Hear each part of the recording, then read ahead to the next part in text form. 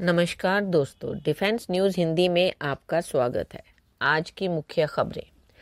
भारत को S-400 की TOT की पेशकश। रूस जिसने अभी तक भारतीय वायुसेना को S-400 वायु रक्षा प्रणाली के अंतिम 2 स्क्वाड्रन नहीं दिए हैं, अब भारत को इस प्रणाली के लिए प्रौद्योगिकी हस्तांतरण की पेशकश करने के लिए उत्सुक है। इस प्रस्ताव का उद्देश्य भारत को पुनः पूर्ति और सूची विस्तार के लिए S-400 घटकों का स्थानीय रूप से निर्माण करने में सक्षम बनाना है। भारत ने 2018 में $5.43 बिलियन के अनुबंध के तहत 5 S-400 स्क्वाड्रन का ऑर्डर दिया था। अब तक 3 स्क्वाड्रन वितरित किए जा चुके हैं और उत्तरी और पूर्वी क्षेत्रों में तैनाती के साथ पूरी तरह से चालू हो चुके हैं। यह स्क्वाड्रन पहले की हवाई रक्षा अभ्यासों में भाग ले चुके हैं, जिसमें कि हवाई खतरों का मुकाबला करने की भारत की क्षमता में वृद्धि हुई है। हालांकि शेष 2 स्क्वाड्रन अभी भी प्रतीक्षित हैं और रूस यूक्रेन संघर्ष से उत्पन्न भू राजनीतिक और रसद चुनौतियों के कारण उनकी डिलीवरी का समय सीमा अनिश्चित बनी हुई है। अगला, जोरावर आधारित स्वचालित वायु रक्षा प्रणाली का प्रस्ताव। भारतीय सेना की वायु रक्षा क्षमताओं को मजबूत करने के उद्देश्य से एक महत्वपूर्ण विकास में रक्षा अनुसंधान और विकास संगठन यानी DRDO light tank Zorawar platform पर आधारित एक अभिनव स्वचालित वायु रक्षा गन मिसाइल प्रणाली का प्रस्ताव करने के लिए तैयार है। यह कदम ऐसे समय उठाया गया है जब सेना हवाई खतरों के खिलाफ टैंकों और बख्तरबंद कार्मिक वाहक यानी APC सहित अपने मशीनीकृत संरचनाओं के लिए सुरक्षा बढ़ाना चाहती है। 1 मार्च 2025 को एक कार्यक्रम में एक अधिकारी के अनुसार यदि DRDO का प्रस्ताव स्वीकार कर लिया जाता है तो 18 महीने के भीतर एक प्रोटोटाइप का रोल आउट देखा जा सकता है। हालांकि पूर्ण उत्पादन मंजूरी में 4 साल से अधिक समय लग सकता है।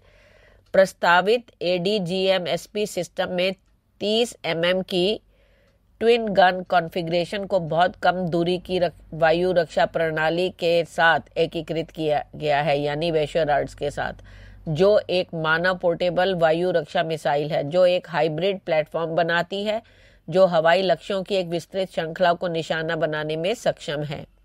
ड्रोन, हेलीकॉप्टर और कम उड़ान वाले विमान। अगला, MK2 विमान के लिए बाह्य इंजन टेक का विकास शुरू। एरोनॉटिकल डेवलपमेंट एजेंसी यानी ADA ने लाइट कॉम्बैट एयरक्राफ्ट MK2 के लिए बाहरी ईंधन टैंक या ड्रॉप टैंक का विकास आधिकारिक तौर पर शुरू कर दिया है। यह टैंक विमान की परिचालन सीमा को बढ़ाने में महत्वपूर्ण है, जो मिशन प्रोफाइल में रणनीतिक लचीलापन प्रदान करते हैं। ड्रॉप टैंक सहायक ईंधन कंटेनर होते हैं जिन्हें विमान में लगाया जा सकता है ताकि इसकी ईंधन क्षमता और परिणाम स्वरूप इसकी सीमा में उल्लेखनीय वृद्धि हो सके। उड़ान के दौरान इन टैंकों को फेंकने की क्षमता पायलटों को बेहतर गतिशीलता या आपातकालीन परिदृश्यों के लिए विमान को हल्का करने का विकल्प प्रदान करती है। अगला, तेजस MK2 लॉयल विंगमैन UAV के साथ उड़ान भरेगा। एरोनॉटिकल डेवलपमेंट एजेंसी और हिंदुस्तान एरोनॉटिक्स लिमिटेड तेजस MK2 फाइटर जेट को अर्ध स्वायत्त मानव रहित हवाई वाहनों के साथ एकीकृत करने की महत्वाकांक्षी पहल पर काम कर रहे हैं, जिन्हें आमतौर पर कैट्स वॉरियर वफादार विंगमैन के रूप में जाना जाता है। इसे अत्याधुनिक परियोजना का उद्देश्य मानव युक्त और मानव रहित प्लेटफॉर्मों के बीच वास्तविक समय समन्वय और मिशन निष्पादन के लिए उन्नत कृत्रिम बुद्धिमत्ता तकनीकों का लाभ उठाना है। अत्याधुनिक AI से लैस ये ड्रोन तेजस MK2 के साथ सहजता से सहयोग करेंगे, मिशन डेटा साझा करेंगे और बदलते युद्ध परिदृश्यों के अनुसार गतिशील रूप से अनुकूलन करेंगे। यह क्षमता विशेष रूप से उच्च खतरे वाले वातावरण में मूल्यवान है, जहां समन्वित मानव मानव रहित संचालन विरोधियों को मात दे सकता है और उन्हें परास्त भी कर सकता है। अगला, विश्व रॉड्स का परीक्षण करेगी डीआरडीओ। भारतीय नौसेना ने अपने अग्रिम पंक्ति के युद्धपोतों की रक्षात्मक क्षमताओं को बढ़ाने के लिए डीआरडीओ की बहुत कम दूरी की वायु रक्षा प्रणाली यानी विश्व रॉड में रुचि व्यक्त की है। मूल रूप से भूमि आधारित अनुप्रयोगों के लिए डिजाइन की गई इस उन्नत प्रणाली को क्लोज इन वेपन सिस्टम के रूप में अपनाने पर विचार किया जा रहा है, जिससे नौसेना की हवाई और सतही खतरों की एक विस्तृत श्रृंखला का मुकाबला करने की क्षमता में वृद्धि होगी। विश्व रॉड एक main portable air defence system है जो उन्नत तकनीकों से लैस है, जिसमें डुअल बैंड इंफ्रारेड सीकर और उच्च गतिशीलता के लिए हल्का डिजाइन शामिल है। नौसेना के अनुप्रयोगों के लिए संशोधित होने पर विश्व रॉड आधारित CIWS रक्षा की एक अतिरिक्त परत प्रदान करेगा जो vertical launch short range surface to air missile जैसी मौजूदा मिसाइल प्रणालियों का पूरक होगा।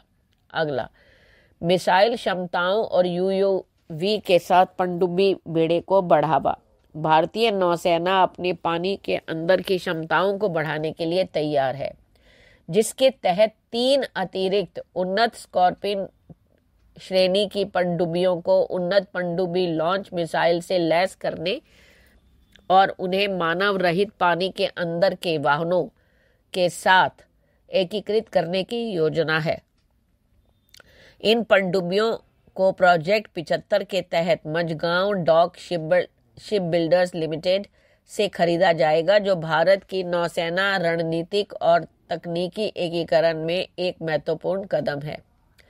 उन्नत स्कॉर्पियन श्रेणी की पनडुब्बियां, जो पहले से ही सेवा में मौजूद कलवरी श्रेणी की एक पुनरावृत्ति है, बेहतर स्टेल्थ, धीरज और युद्ध क्षमताएं प्रदान करने के लिए डिजाइन की गई हैं। पनडुब्बी से प्रेक्षपित मिसाइलों की शुरुआत एक रणनीतिक वृद्धि को दर्शाती है, जो भारतीय नौसेना को अधिक सामरिक लचीलापन और पानी के नीचे से सतह और जमीन के लक्ष्यों को निशाना बनाने की क्षमता प्रदान करती है, जिससे नौसेना के संचालन की पहुंच और प्रभाव का विस्तार होता है।